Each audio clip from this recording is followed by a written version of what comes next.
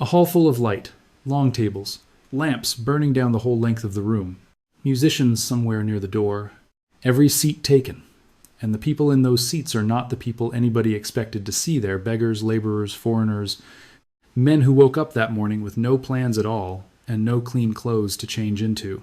And in the middle of it, two servants are dragging one man out. His hands are tied, his feet are tied. He is not shouting, he is not arguing. That is the detail that should stop you. And we will come back to it, because his silence is the hinge this entire parable turns on. Behind him, the doors swing shut, and the light and the music and the noise go with them. Then Jesus says the line, "Many are called, but few are chosen." You have heard that sentence your whole life. Somebody has probably quoted it at you. It gets quoted at funerals. It gets quoted in arguments about who is saved and who is not. It is one of the most repeated verses in the New Testament. And it is one of the most quoted lines Jesus ever spoke about the destiny of human beings. Now here's what almost nobody notices. Count the room. The king in the story sends his servants to the street corners with one order: bring in everybody you can find. And Matthew tells you what happened. They gathered all they found, both bad and good, and the wedding hall was filled. Filled. Not sprinkled, not scattered, full. And out of that full hall, exactly one man is removed. So, when the sentence lands, "Many are called, but few are chosen," it lands on a room where nearly everyone stayed. Whatever the few means, it cannot mean what most people assume it means, because the parable it belongs to has just shown you the opposite arithmetic with its own hands. This is not a video about predestination. This is not a video about who is on some list and who is not. This is not a video about scaring you. This is about a single sentence at the end of a story, and about how badly that sentence has been cut loose from the story it was born in. It is about one man who could not answer a simple question, and about what his silence tells you. To see it, you have to hear the story from the beginning, and you have to hear who was standing there when Jesus told it. It is the last week of his life. He is in the temple courts in Jerusalem, and he is not talking to a friendly crowd. He has just told two parables in a row aimed straight at the men in front of him, and Matthew tells you plainly that the chief priests and the Pharisees understood exactly who he meant. They wanted to arrest him on the spot. They did not, because the crowds around him thought he was a prophet. So the room is already electric. And into that room, Jesus starts a third story. A king is preparing a wedding feast for his son. In that world, a royal wedding is not a private family matter. It is the single biggest event a kingdom can hold. The invitations went out long before that was the custom. A first invitation to reserve the day, then a second summons when the food was actually ready. The day comes. The king sends his servants to the people who already said yes. Come, it is ready. And they will not come. Read that again slowly, because everything else grows out of it. These are not strangers who never heard. These are the ones who accepted. They had the date, they had the honor, and when the moment arrived, they would not walk through the door. Put yourself in the servant's sandals for a second. You have been sent to people who already said yes. You are not persuading anybody. You are just telling them the food is on the table. And they look at you, and they turn around, and they go back inside. The king tries again. He sends a second group of servants with more detail, almost pleading look. "My oxen and my fattened cattle are killed. Everything is ready. Come to the wedding." And the response this time is worse. Matthew says they made light of it. One went off to his farm, another to his business. Ordinary Tuesday reasons. A field. A shop. Nothing dramatic at all, and that is what makes it so cold. And then the rest of them seized the king's servants, treated them shamefully, and killed them. Stay with me, because the story just changed genre. This is no longer a social snub. Somebody's messengers are dead. The king is furious. He sends his troops, destroys those murderers, and burns their city. Here is where a lot of careful readers slow down, and you should too. That burning city has been argued over for a long time. Many scholars read it as a deliberate echo of what happened to Jerusalem when Rome came the temple burned, the city leveled, roughly 40 years after Jesus said these words. The Jewish historian Josephus, who was there when Rome broke the city, describes the fire as so total that a visitor would not believe the place had ever been inhabited. Other scholars answer that burning a rebel city was simply what ancient kings did in ancient stories, and that no prophecy is needed to explain it. You do not have to settle that to follow the parable. But you should know the argument exists, because anyone who tells you it is obvious in either direction is selling you something. Now watch what the king does next, because this is the turn. He says to his servants, "The wedding is ready, but those who were invited were not worthy. Go therefore to the main roads, and invite to the wedding feast as many as you find. Not the guest list, not the qualified, whoever is out there."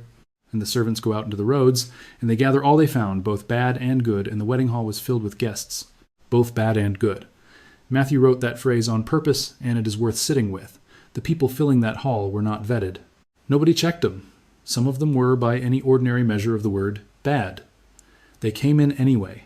And if you want to know why the man who wrote this gospel chose to include that particular detail, remember who he was. Matthew was a tax collector. He collected money for the occupying power from his own people. In the social world of first century Judea, that is not a job. It is a category, and the category was near the bottom. Then a rabbi walked past his table and said, "Follow me."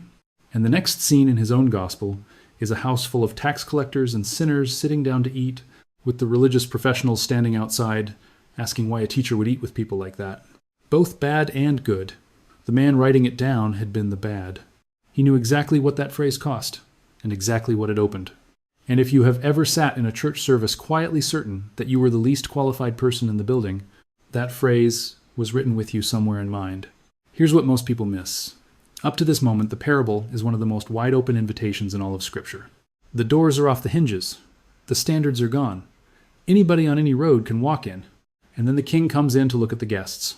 If this walk through Scripture is the kind of Bible study you have been looking for, take 2 seconds and subscribe. It costs nothing. It tells me to keep making these, and it means you will be here for the second half, because the second half is where this parable stops being comfortable. The king comes in, and he sees a man there who has no wedding garment. He says, "Friend, how did you get in here without a wedding garment?" And the man says nothing. Then the king says to the attendants, "Bind him hand and foot, and throw him into the outer darkness, where there will be weeping and gnashing of teeth." And then the line, "For many are called, but few are chosen." Now, before we get anywhere near what that means, let us handle the question every commentary on earth has to handle, because you have almost certainly been given an answer to it that is shakier than you were told. The question is simple. Where was he supposed to get a garment? You may have heard a preacher explain that in the ancient world the host supplied the robes at the door, so the man's bare clothes were a deliberate insult. He was handed a garment and refused it. It is a tidy explanation. It makes the king look completely fair, and it is not something we can actually document. There is no clear first-century evidence that hosts routinely handed out wedding clothes at the entrance. Some scholars defend the idea from later customs. Others call it a preacher's convenience that has been repeated so many times it now sounds like history. I am not going to build anything on it, and I would be careful of anyone who does. Here is what the text does say, and it is enough. Everybody else in that hall came off the same roads he did. Nobody in there had planned to attend a royal wedding that morning, and every single one of them apparently is dressed for it except him. Whatever the garment was, it was available to street people at zero notice, because the room is full of street people wearing it. So his problem is not poverty. Nobody in that hall had standing. His problem is something else, and the text tells you what it is in 4 words. He was speechless. That is the Greek word ephimothe, and it does not mean he chose not to speak. It is the same word used for muzzling an animal, the same word Jesus uses to silence a storm. It means he had nothing. The king asks him a direct, answerable question. "Friend, how did you get in here like that?" And the man cannot produce 1 sentence. Not an excuse, not a defense, not even a lie. Everyone else in that room could have answered it. A servant grabbed me on the road and told me the king wanted me. That is the answer. It is available to every person there. It is the truth, and it is enough. That sentence never comes. And it gets stranger, because notice what the king calls him first, friend. In Matthew's gospel, that word shows up only 3 times. Every single time, it is spoken to somebody about to be exposed, including the moment in the garden, when Jesus turns to the man leading soldiers toward him and says, "Friend, do what you came to do." Now the sentence itself. In Greek, poloi gar eisen klētoi, oligoi de eklektoi. Many are times klētoi, times called, invited, summoned. Few are times eklektoi, times chosen, selected, picked out. Same root word underneath, with a small preposition on the front of the second one. Called and called out from. And here is a reading you will almost never hear in a sermon, though scholars have argued it for decades. Both Hebrew and Aramaic have a habit of using the word many, where English would say all, not many, as opposed to all, but many meaning the whole crowd. On that reading, the sentence is not a ratio at all. It is not few out of many. It is closer to all are invited, but not all end up staying, which is precisely what the story you just heard shows. I want to be honest with you. Not every scholar accepts that reading, and it is not the only way to take the Greek, but it deserves a hearing because it is the reading that fits the parable's own room. There is one more thing, and it is the kind of detail that changes how you read your own Bible. If you read this line in the King James Version, you will find it twice. It also appears at the end of the 20th chapter, after the parable of the workers in the vineyard. But open almost any modern translation, and it is gone from that spot. That is not translators cutting scripture. The oldest and best manuscripts do not have it there. The standard explanation is that some scribe copying by hand remembered the famous line from a couple of pages later and slid it in where it seemed to fit, which tells you something. Even ancient copyists felt the pull of this sentence and reached for it. It has been traveling on its own, away from its story, for at least 1700 years. And Jesus was not the first Jewish teacher to say something like it. There is a Jewish work called 4th Ezra, written within living memory of the temple's destruction, that contains an almost identical proverb: many have been created, but few shall be saved. Same shape. Bleecker conclusion. Which raises a genuinely interesting possibility that Jesus took a saying his hearers already knew as a grim headcount, attached it to a story about a hall packed with nobodies, and quietly turned it inside out. Pay attention to this, because now we can go back and look at the man on the floor. Look at what he is not the only sinner in that hall. That is the whole point of both bad and good. He is not the poorest. Nobody had anything. He is not the least invited. The invitation that brought him in is identical to the one that brought in every single person still sitting at those tables. He is the only one who has nothing to say about how he got there. And Scripture keeps circling that exact spot. Saul is chosen out of all Israel to be its first king. Samuel anoints him himself. And he loses the kingdom not because he was never called, but because when the direct question came, he had an excuse ready instead of an answer. Judas Iscariot is called by name, walks with the other 11 for 3 years, is trusted with the money bag, and stands as close to Jesus as anyone alive. Called does not settle it. That is a hard thing to say, and it is right there in the record. But turn it over, because Scripture will not let you make a rule out of the dark half only. Peter denies him 3 times, publicly, with swearing, and is still standing at the front of the church 7 weeks later. Paul was actively hunting Christians when he was called, and he called himself the least of the apostles and not fit to be called one. Neither of those men was chosen because he had a clean answer. They were chosen and then given one. So what is the garment? This next part is where I have to be careful with you, because it is the piece of this parable that Christians have fought over for centuries. If you want more videos that give you both sides, instead of picking one for you, subscribing takes 2 seconds, and it genuinely decides what I make next. Christians have answered that question in different ways for a very long time, and I am not going to pretend the argument is over, because it is not. Around 1600 years ago, Augustine, a North African bishop who had spent his youth chasing everything except God, read this parable and saw grace from top to bottom. On his reading, nobody dresses himself. The garment is given, the choosing is God's, and the man on the floor is a warning that being inside a religious building is not the same as being clothed. That reading runs through Calvin, and through a great deal of Protestant preaching after him, and its strength is obvious. It takes the word times chosen times completely seriously.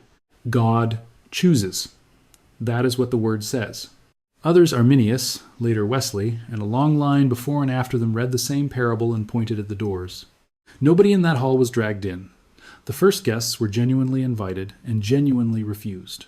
The man in the wrong clothes was genuinely welcome and genuinely did not put on what was offered. On this reading, the choosing is real, but it is not arbitrary, and the whole force of the story is that the invitation is wider than anyone thought and can still be treated as nothing.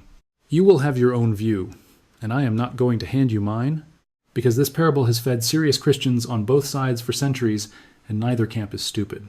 But notice what both readings agree on, because that is the part the popular use of this verse gets wrong. Neither one of them says the hall was empty. The hall was full. Full of people with no qualifications, no invitation of their own, no preparation, and nothing to recommend them. That is the picture Jesus painted, and he painted it while standing in front of the most religiously qualified men in Jerusalem, who had been holding an invitation for a very long time and had decided they were busy. Which brings us all the way back to the silence. Think about the last time somebody asked you a simple question you could not answer. Not because it was hard, because answering it honestly would have cost you something. The pause before you spoke, the way your mind reached for anything else, every person who has ever lived knows that pause. The man in the parable is standing in that pause forever. The music is still playing behind him. The tables are still full, and he cannot get one sentence out. He could have said one true sentence, "I was on the road and somebody told me the king wanted me," and it would have been enough, because it was enough for every other person in that room. He does not, and you are never told why. Matthew leaves the reason out, and I have come to think he left it out because the reason is not the point. The point is the silence itself, and the fact that it is the only thing separating him from the man beside him. So what do you take home? First, the fact. That sentence is not a head count. It is the last line of a story, in which the invitation goes to everyone on every road. The unqualified come in by the hundreds, the hall is filled to the walls, and one man is removed. Read the story, and then read the line, in that order, and the meaning shifts under your feet. Go read the 22nd chapter of Matthew tonight, all 14 verses, out loud if you can. It takes 90 seconds. I promise you, it will not sound the same afterwards, and you will not be able to unhear the count of that room. Second, the challenge. The people who missed the feast in that story did not hate the king. They had a farm. They had a business. They made light of it. That is the most ordinary way in the world to miss something enormous, and it is available to every one of us on any given Tuesday. The parable does not warn you about becoming a monster. It warns you about being busy. Nobody in that story chose against the king. They simply had something else on that day, and the day passed. And third, the silence. Everybody in that hall got in the same way.